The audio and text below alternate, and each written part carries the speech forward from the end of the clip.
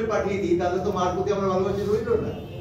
ঠিক তেমনি আমাদের মতো যারা জেলা শহরে কাজ করে, যারা আমিষিক্ত হয়, যারা দেনায় জর্জরিত হয়, তারা বইয়ে আমি জানি স্ত্রী স্বর্ণ বন্ধক দিয়ে থিয়েটার করে, জমি বন্ধক দিয়ে থিয়েটার করে, এরকম অনেক মানুষ বাংলাদেশ আর কলকাতাও আছে, এখানেও আছে আমি জানি।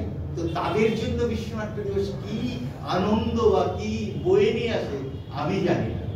এটা আমার উপলব্ধির সাথে যদি আপনাদের দ্বিমত থাকে আমি প্রথমেই ক্ষমা চেয়ে নিচ্ছি, কারণ আমি এইভাবে থিয়েটারটাকে দেখি, কারণ আমি থিয়েটারটাকে দেখি একদম ভাবে মার্ক্সীয় দৃষ্টিভঙ্গি।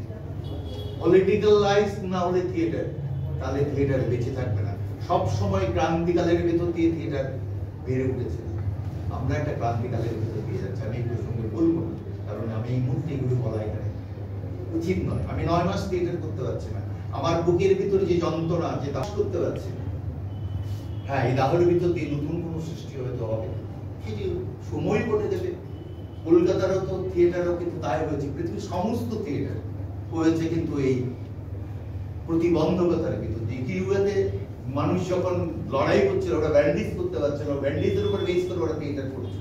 That is our vision. আপনাদের সবাইকে ধন্যবাদ আমার কথা শুনে।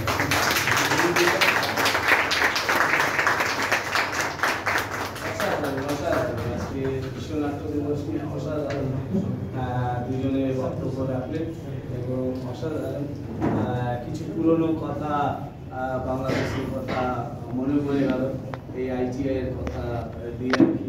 তো আমি একবার ওয়ার্কশপ করতে গিয়েছিলাম বাংলাদেশে, ITI এর পক্ষ থেকে নিয়ে গিয়েছিলেন আর কি। তখন সেখানে ওয়ার্কশপ করা হয় প্রচুর স্টুডেন্টদের নিয়ে।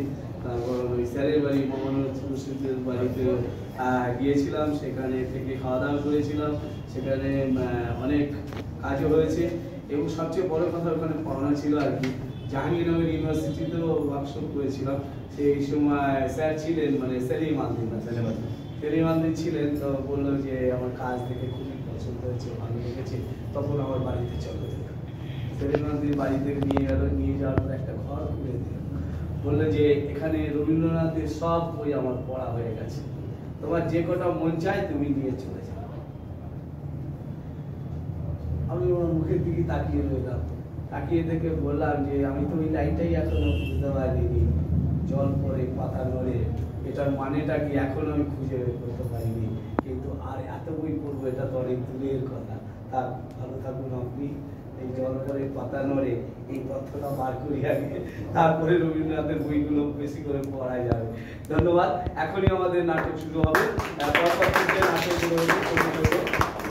আমরা দুজনকে আমরা আসন গ্রহণের অনুরোধ করবো এবং